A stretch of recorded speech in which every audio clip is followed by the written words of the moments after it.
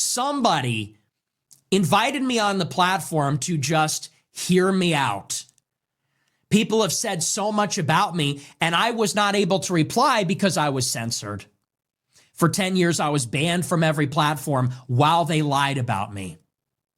They banned me, they silenced my voice, and then they took clips out of context and said, he's evil. And finally, someone said, I'll talk to you. I want to know what you're about. Tell me what you think. And I was able to just say, these are my views. And I think it's remarkable that we have reached a point in our country when that is even possible. Because for so long, like I said, for 10 years, you literally did not have the freedom of conscience. You couldn't think these things. You could not speak these things aloud. It wasn't possible. You would get banned from everything. And if that didn't work, you got fired from your job. And if that didn't work, they banned you from banks. That's what happened to me. So Tucker Carlson recently interviewed Nick Fuentes, and because of this, you've got all these people calling for Tucker to be canceled, to be deplatformed, and what's striking about this is that a lot of these people are allegedly from the right. People like Mark Levin. What do you mean we don't cancel people? We canceled David Duke. Donald Trump canceled David Duke. We canceled Pat Buchanan. We canceled the John Birch Society. We canceled Joseph Sobran. We canceled pornography on TV. We cancel stuff all the damn time. Hitler admirers, Stalin admirers, Jew haters, American haters, Churchill haters. You're damn right we're going to cancel them and deplatform them. It's called the market system. They don't have a lifetime job like a bureaucrat who we're going to protect. And if they're your friend, there's something wrong with you. No Hitler admirer, Holocaust denier, platformer should be anybody's friend, as a matter of fact. Look, it's important that we don't get caught up in the emotional rhetoric that's being used. We have to stay focused on what really matters here. And what matters is the First Amendment.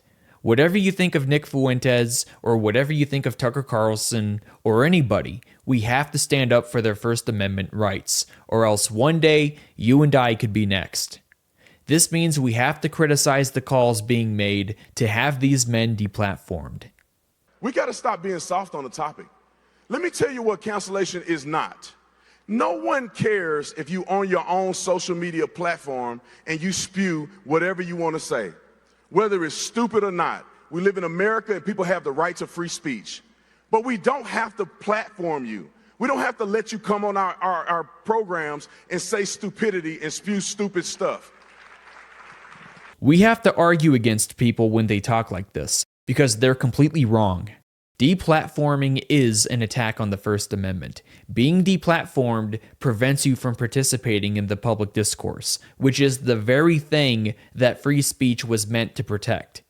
Deplatforming defeats the whole purpose of the First Amendment. It's one thing to limit someone's speech on a physical private property, like your home, or a church, or a temple, but it's something else entirely to limit someone's speech from reaching the public. So although these social media platforms are owned by private companies, it should not be okay for them to dictate what the public may or may not hear. Everybody's voice deserves to be heard. Everybody's ideas deserve to be heard.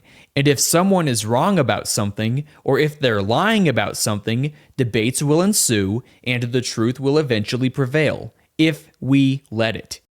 But if we allow people to be deplatformed because what they're saying may be insensitive or offensive or sometimes flat out stupid, if we allow them to be kicked out of the public discourse, then we're basically greenlighting all these companies to arbitrarily decide what the public can and can't hear.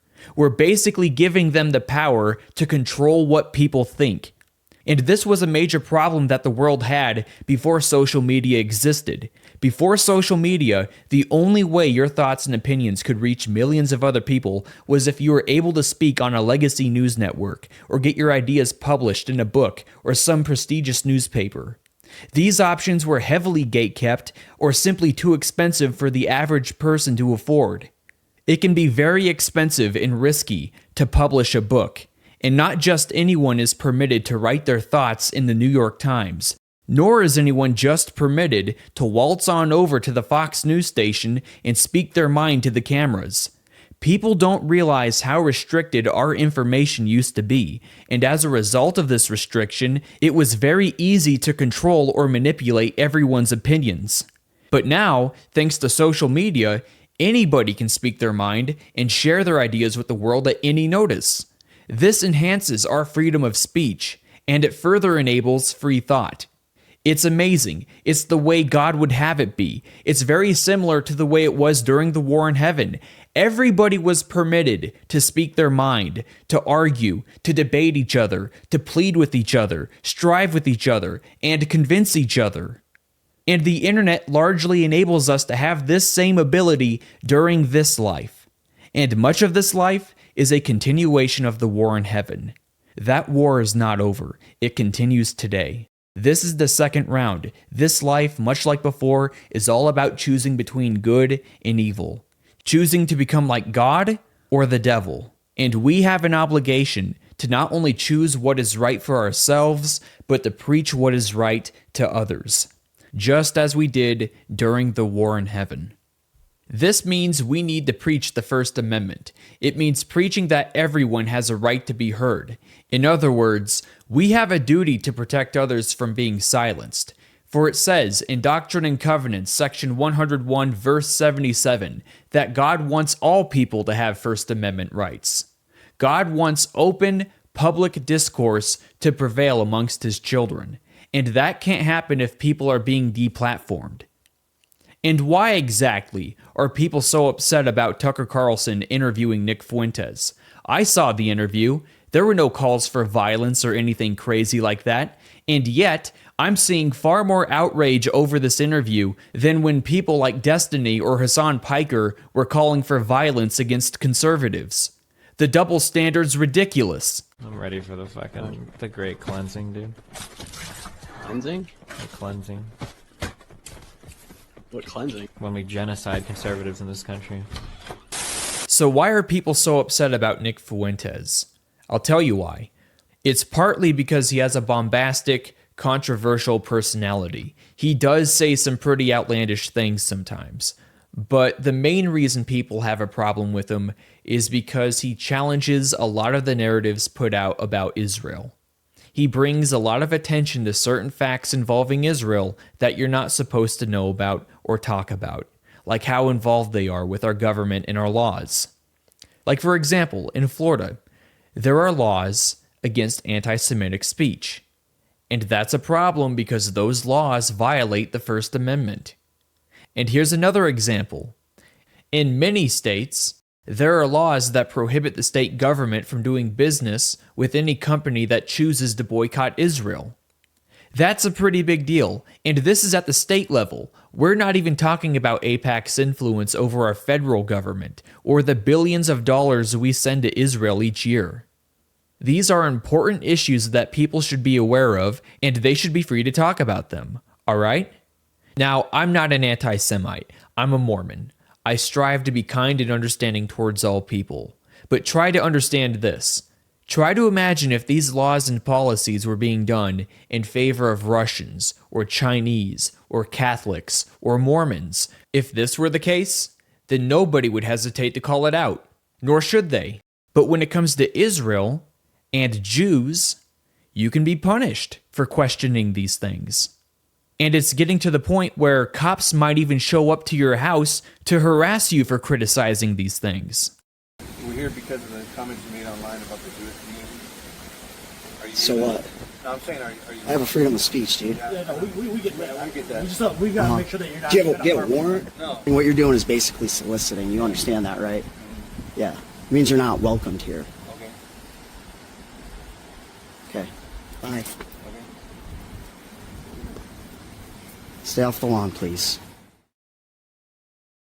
This is basically what's happening to Tucker Carlson and Nick Fuentes. They're being harassed not because they're being blindly hateful or telling lies, but because they're asking questions and making observations that very wealthy and powerful people don't want you to consider. That's it. That's what this is. People are trying to silence a conversation or run from it rather than address it.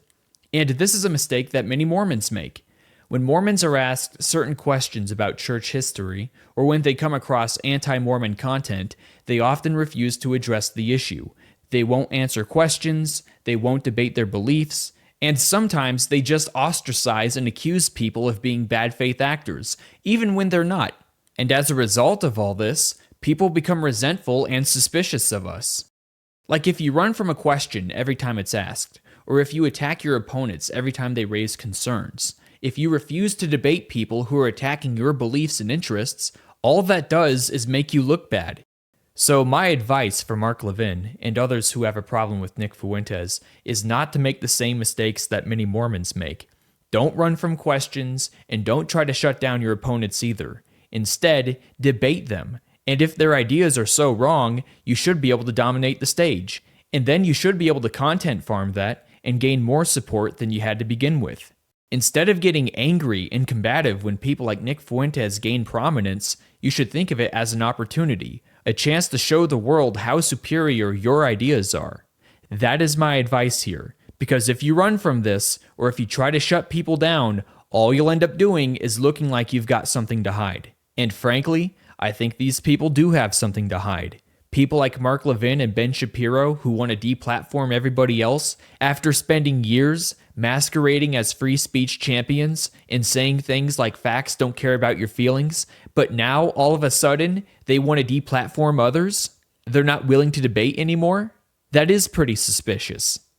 And keep in mind, these people are not MAGA. Ben Shapiro's not MAGA. Mark Levin is not MAGA. Everybody who wants Tucker Carlson to be deplatformed right now, they were never MAGA. They were always never Trumpers. These people are neocons, globalists, fake Republicans, rhinos. That's what they are. Anyway, my appeal to all of you out there is that we remember our fundamental American values. We have to stand up for the First Amendment.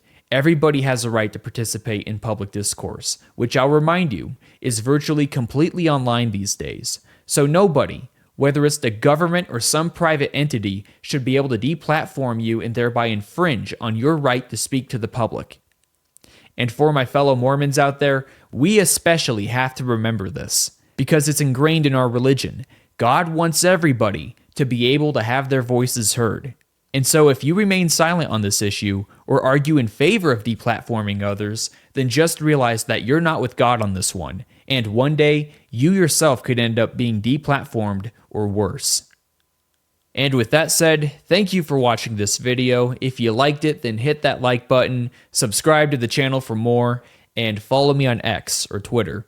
Thanks.